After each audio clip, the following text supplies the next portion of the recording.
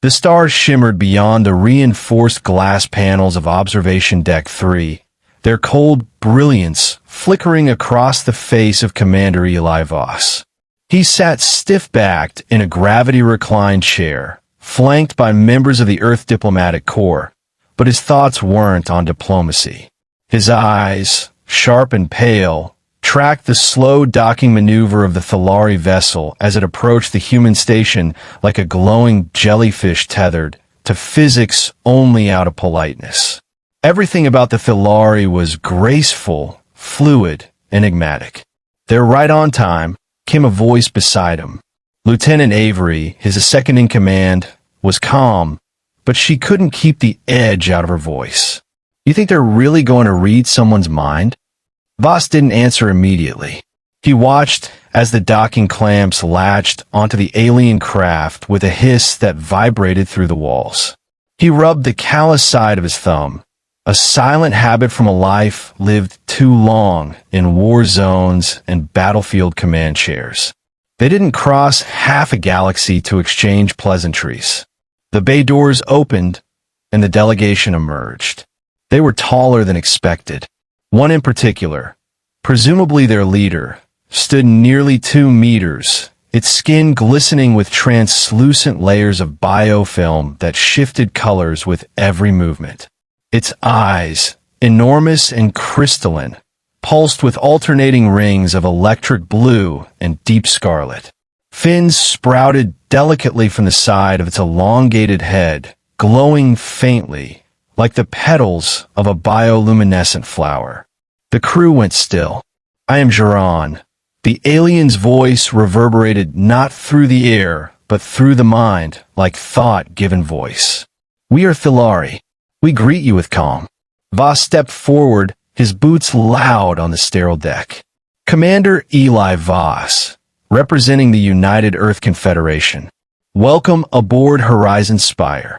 A pause, and then Geron inclined its head. We have heard much of your people. Curious minds. Chaotic spirits. We come not for treaties, but understanding. The diplomat to Voss's right, a man named Corin who wore his smiles like armor, leaned in. They wished to perform a psychic linkage.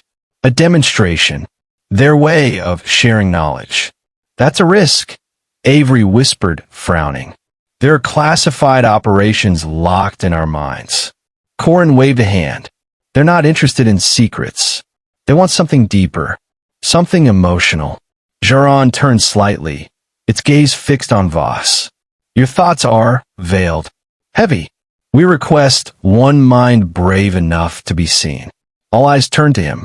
He could have passed it to Corin, or chosen any crew member present. But Voss had seen things, done things, that haunted him long past sleep. Perhaps some part of him wanted the alien to see it. Maybe then someone else would carry it, even for a moment. I'll do it, he said. Avery flinched. Sir, that's not necessary. It is, Voss said simply. If they want to understand humanity, they should start with someone who's lived all of it. Geron extended a hand, not with fingers but long, luminous filaments that waved gently in the air, pulsing with light.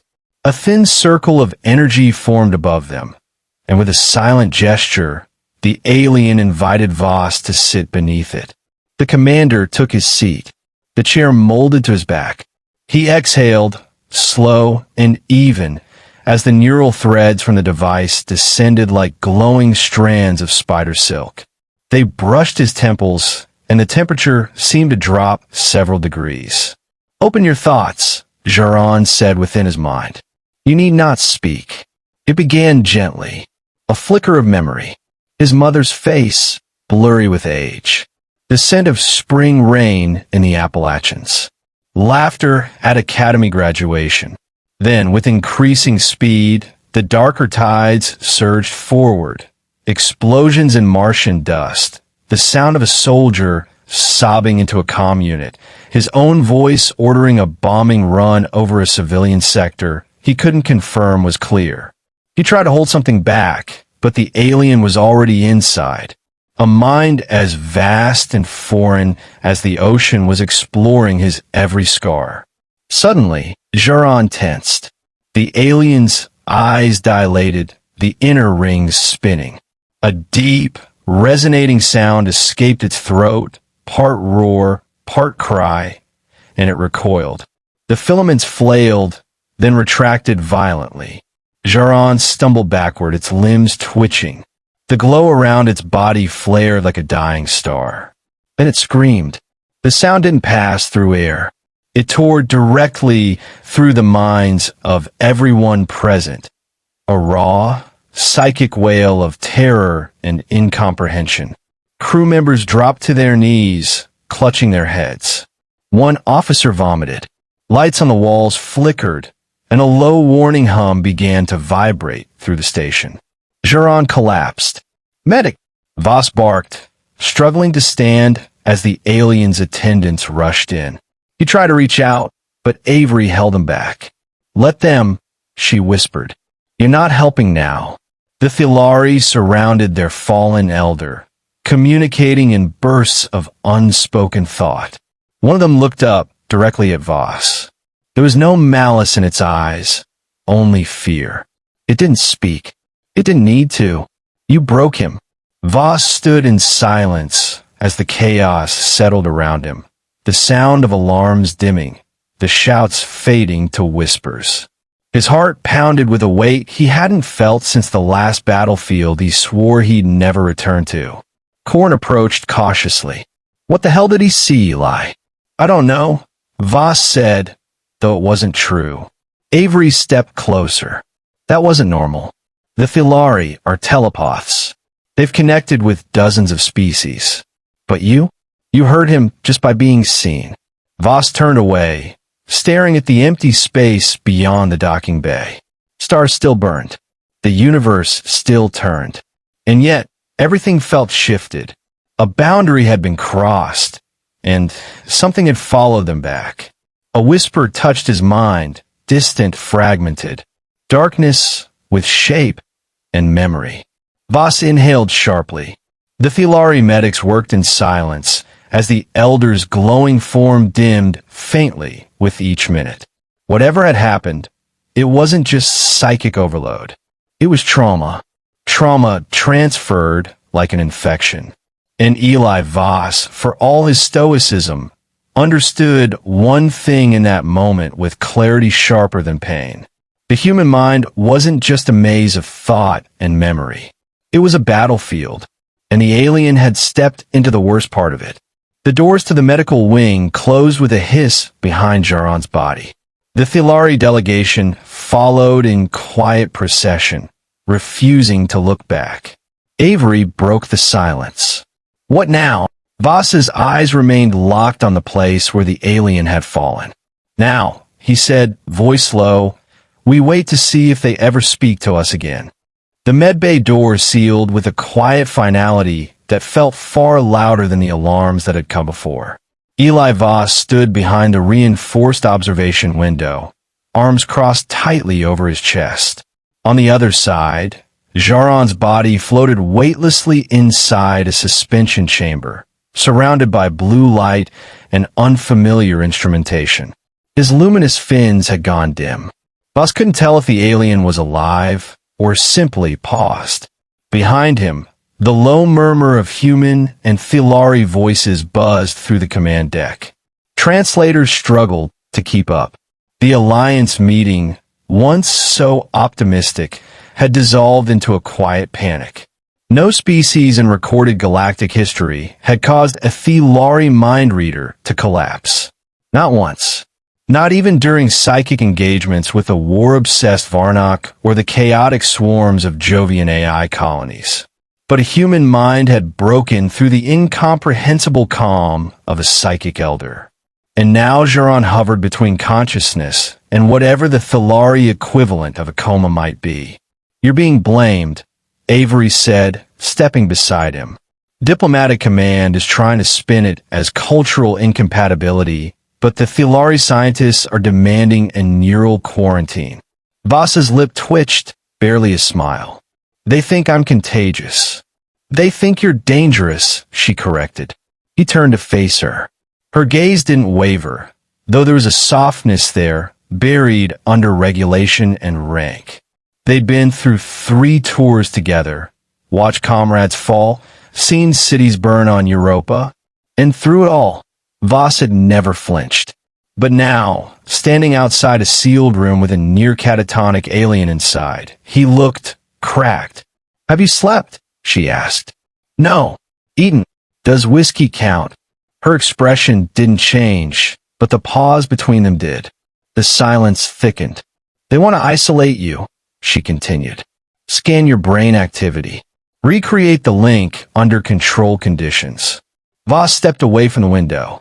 That link nearly killed him. Repeating it would be madness. "They're not asking." Corin appeared from down the corridor, his usual bravado gone. He looked like a man forced to sit through his own trial. "The Thalari are sending a data packet to their High Synod," he said grimly. Apparently Jaron was part of something they call the Collective Insight, a psychic council that's never been disrupted. Until now. Whatever you showed him, Commander, it's reverberating through their entire species. "I didn't show him anything," Voss snapped. "He went looking." Corin raised a placating hand. "I'm not accusing, but you need to understand, this goes beyond interspecies etiquette. They've never experienced terror like that. They don't even have a word for it. You gave it to them." The implication landed like a blow. Voss felt it physically, a weight behind the ribs. He had always believed humans were adaptable, innovative, rough-edged survivors of a brutal evolutionary history. But this was something else. Something primal. Something so baked into human consciousness that even a species with mind-reading abilities couldn't withstand it. "Tell them I'll cooperate," he said finally. "I'll sit for their scans, but I won't do another link." "They may not give you a choice," Corin muttered. Later, in the isolation chamber, really a dressed-up interrogation room, Voss sat alone while the Thalari's portable psychic apparatus was assembled around him. The thing looked like a spider built out of glass and living coral, all pulsing lines and slow drips of bioluminescence. No electrodes, no wires. It worked by proximity, resonance, vibration of thought. The technician, a smaller Thalari named Sinal, addressed him in a tone of cautious politeness. "You are stable?" the alien asked, its mental voice cautious like walking barefoot across ice. "I'm fine," Voss replied, though even he didn't believe it. Sinal tilted its head. "We will not enter your mind again, but we must observe its frequency. Meaning, your thoughts emit energy, normally harmonic. Yours are fractured, in conflict." Voss closed his eyes as the machine began its silent operation. He could feel it, faintly, a pressure behind the temples, like a storm held at bay. Flashes of memory tried to force their way in. The drone strike over Luton's forge, where they'd hit the wrong coordinates. The civilians dragging charred bodies from rubble. The silence after the broadcast cut out. Those weren't moments he revisited. He'd buried them deep, behind humor, behind duty. But they always found a way to surface. "What did Jaron see?" he asked quietly. Sinal hesitated. "Then, he saw the origin of your will, the place from which your decisions rise. It was not logic, not instinct. It was pain, Commander. A form of pain we did not believe could be survived." Voss sat very still. The machine pulsed once, recording a spike of neural activity. "We thought resilience came from unity," Sinal continued. "From harmony. But yours comes from fracture. From damage endured and remembered." Voss didn't answer. He couldn't. "You did not injure him on purpose," Sinal added, after a moment. "This is understood. That doesn't mean he'll wake up." Sinal turned away, eyes dim. "No. It does not." The session ended without fanfare. The data was collected. No results were shared. Voss walked the corridor with Avery in silence until they reached the crew lounge. Empty, dimmed. A vending unit hummed to life as she grabbed 2 sealed caffeine packs. "You're not a monster," she said unprompted. Tell that to the alien in a coma. Jaron chose to enter your mind. You didn't trap him there. Voss leaned against the table, staring at his reflection in the polished steel. I remember once, back on Titan's Rim, a soldier told me something I've never forgotten.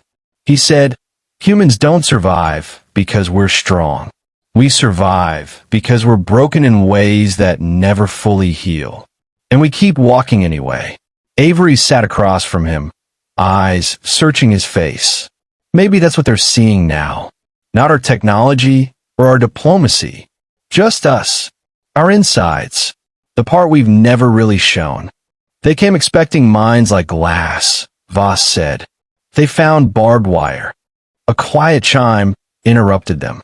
Corin's voice echoed through the intercom. "Commander, report to briefing room 2. Now, it's Sharon." Voss stood before Corin's message had even finished. Inside the room, a live feed showed the med chamber. Sharon's body twitched.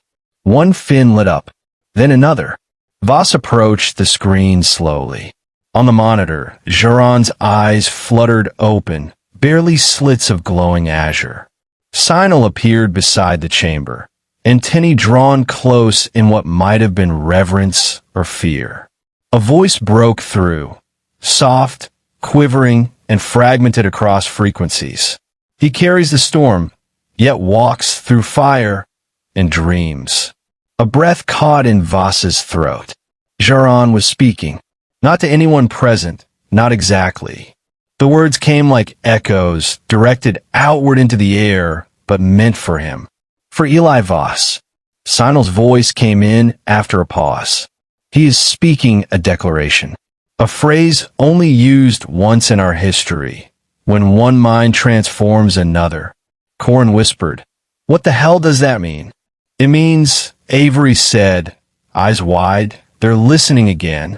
And Eli Voss, staring at the fragile glow of an alien who had seen the darkest part of his soul and lived, realized that something fundamental had changed. Not just between species, but between him and a memory he had carried alone for too long. The Thalari had seen it, and somehow they hadn't turned away. The chamber's lights dimmed to a soft, bioluminescent blue as Voss stood before Jaron, separated by a membrane of transparent energy. The alien no longer floated but stood unsteadily, limbs trembling, gaze locked on a Voss with a clarity that hadn't been there hours before. The fins on the sides of Jaron's head pulsed in slow waves, like breath made visible. The Thalari elders called it the shimmer of equilibrium, a rare state of mind achieved only after profound psychic impact. For the first time since the incident, Jaron initiated contact. "You live inside memory," the voice echoed in Voss's head. Not as an intrusion, but a quiet knock. "Your thoughts are not sequential. They spiral." Voss swallowed hard. Human minds don't follow neat paths. We relive, reimagine, regret. Jaron tilted his head. "We knew pain, but not the kind that loops. That consumes without external cause. Yours is recursive." "I've lost people," Voss said. "Made decisions I couldn't undo. You carry them." "I have to." The alien stepped closer to the energy field. It didn't touch it, merely studied the way Voss's expression shifted with each word. "You feel guilt over actions required by duty." "It wasn't duty that made me call that strike," Voss said, eyes narrowing. "It was fear. We thought the insurgents had cracked our comms. I made the call in seconds. 32 civilians were incinerated." Jaron flinched, not in judgment, but with something more complex. Recognition. Emotion binds you to the past. It reshapes your decisions, even in retrospect. "We call that conscience," Voss murmured. The silence between them stretched. Then Jaron spoke again. "I did not scream because I saw death," he said. "I screamed because I saw what it meant to feel responsible for it. We have no analog. Is that why you collapsed?" Jaron's eyes, deep and refracted, glowed brighter. I collapse because I could not bear to feel as you do, to continue feeling despite it. The energy field slowly retracted, folding away like mist under heat. Voss didn't move. Neither did the Thilari medics lining the perimeter. Protocol had been suspended. This was no longer science. It was something closer to confession. Jaron extended one of his long, many-jointed arms. Let me walk with you. In memory. Not to harvest. To witness. Voss hesitated, muscles tightening. The last time their minds had met, the alien had nearly died. But this wasn't the same. There was no psychic device humming, no hovering strands of energy. It was a request, not an intrusion. He nodded once. Jaron stepped forward, placing 2 fingers lightly on Voss's forehead. There was no flash, no jolt, just a slow, sinking warmth. And then Voss was no longer in the chamber. He stood in a different place, one formed from fragments of memory. A ruined corridor on Europa Base Delta, the walls blackened with fire, flickering alarms echoing endlessly in the distance. Smoke curled through shattered beams. Voss knelt by a figure, his own younger face stained with blood and ash. The woman beside him was still breathing, barely. Jaya Talon, medic, 25 years old. First mission. He'd frozen. Even as fire roared behind them. The scene played out as it always did in his nightmares. But this time, Jaron stood beside him, watching, silent, observing.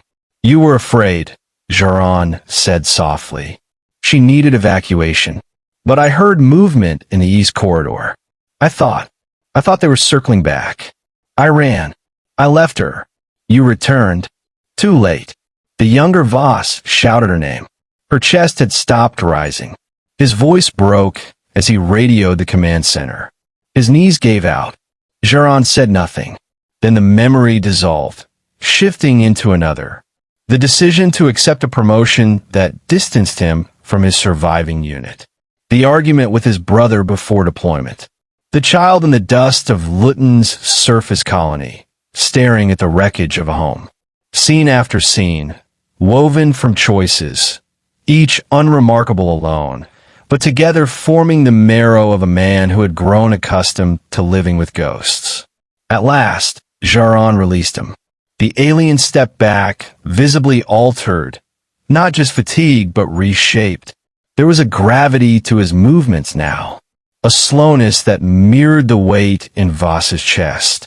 You are not evil, Jaron said. You are haunted, a being composed of continuation. That's humanity, Voss replied. We're not clean slates. We're palimpsests.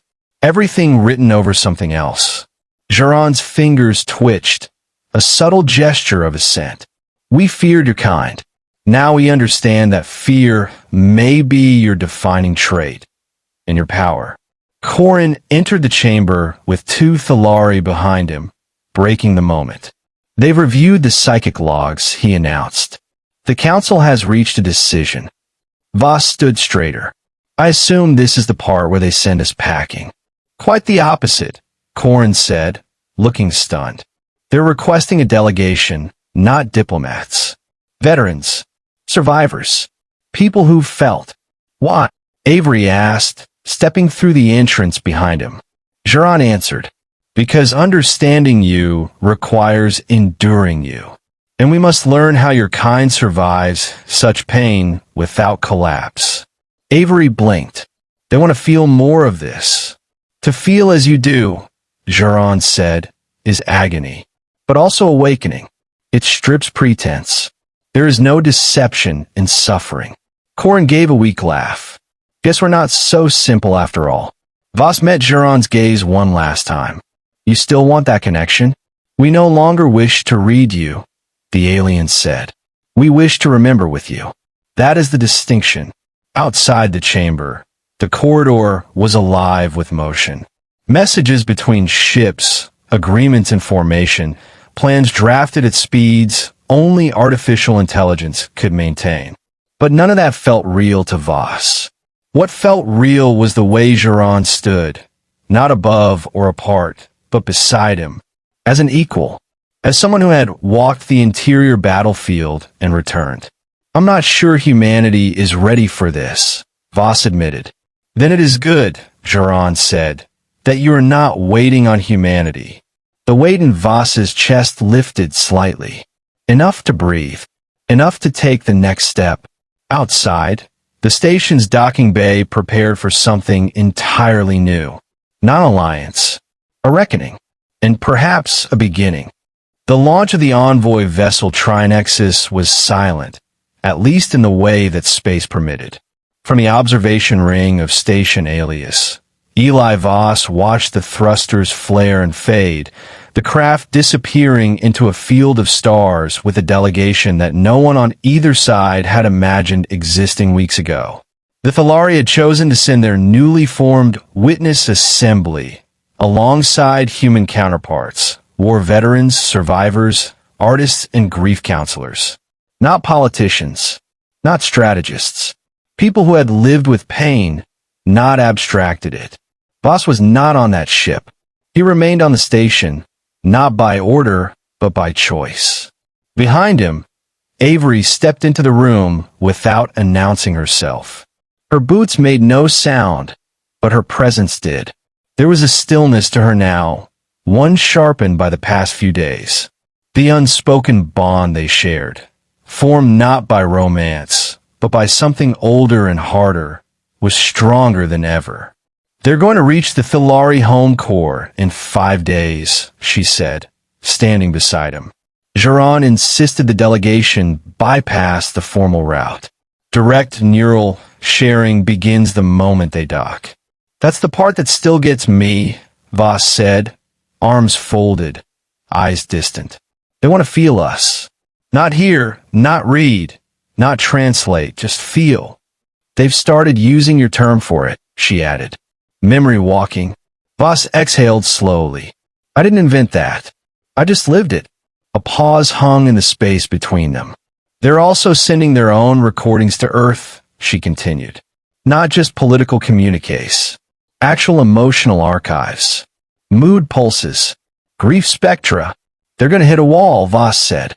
The moment they try to process loss without a framework. The Thalari don't know how to mourn what they can't prevent. Avery nodded, which is why we're not done. This is just the first bridge. He looked at her. You sound like you want to go next. I do. She didn't elaborate. She didn't need to. The quiet steel in her eyes said more than mission reports ever could. Corin joined them shortly after, tablet in hand, his usual banter subdued.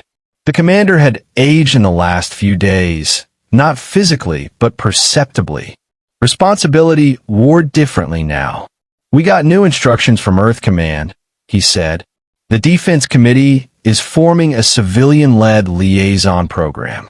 No uniforms, no weapons, just dialogue. Voss raised an eyebrow. They trust that.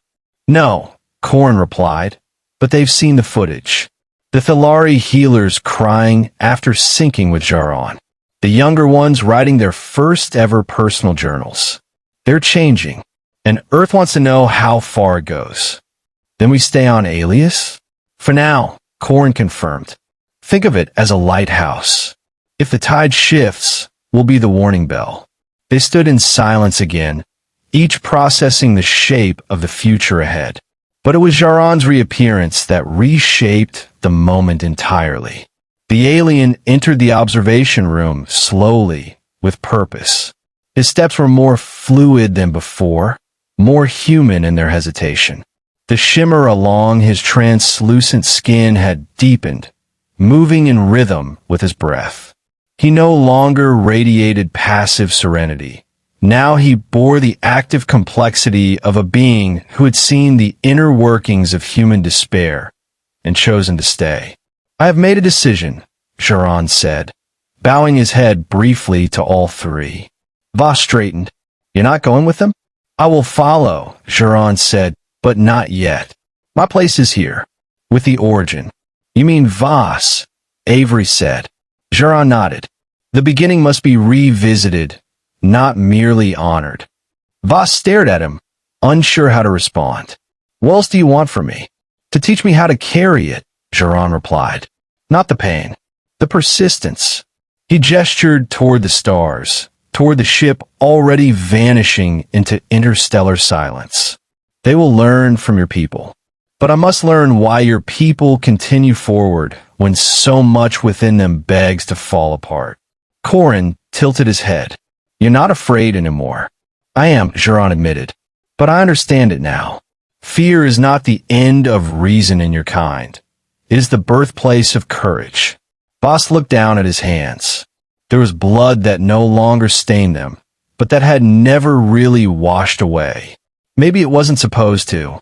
"If you're staying," he said to Geron, "then you're walking into memory again. I will not walk alone." Time passed. A week. Then another. Voss resumed his duties, but with new additions. Sessions in the memory link chamber, now retrofitted to be non-invasive, safer, guided by both human psychologists and Thalari harmonic specialists. He opened doors he had sealed for decades, not for himself, but because the alien needed to understand not just what had happened to humans, but what remained inside them afterward. Geron sat beside him during each recounting, never intruding, only mirroring, as if to say, "I see it, and I remain." Others followed. First, a Marine from the Belt Rebellions, whose shame over a ceasefire gone wrong had left him mute for years. Then a lunar architect who had lost her family in the Ganymede breach. One by one, they opened their grief like sacred texts, and Geron absorbed each page with reverence. Over time, something unexpected happened. Geron began to remember with them, even before they spoke. Their neural rhythms had imprinted into him. He dreamt their dreams. He mourned their losses, not because he was mimicking, because he had chosen to carry them. In turn, the Thalari who connected to him downstream also changed. Slightly at first, tones of language softened. Colors of emotion became more varied. The shimmering fields that represented thought began to fragment, reform, improvise. Geron had become a lens, but also a conduit. By the time Earth Command visited Alias again, the changes were undeniable and irreversible. During the final debrief with Central Diplomatic Control, Voss sat across from a panel of officials who still spoke in measured tones, still feared what they couldn't quantify. "You've turned this station into a hospice of trauma," one of them said bluntly. "No," Voss replied calmly. "We've turned it into a lighthouse, one that remembers the storms." Another asked, "Is it safe allowing them to absorb our pain?" "It's not about safety," Voss said. "It's about truth. They want to know what makes us human. And the answer isn't victory. It's how we grieve, and how we go on."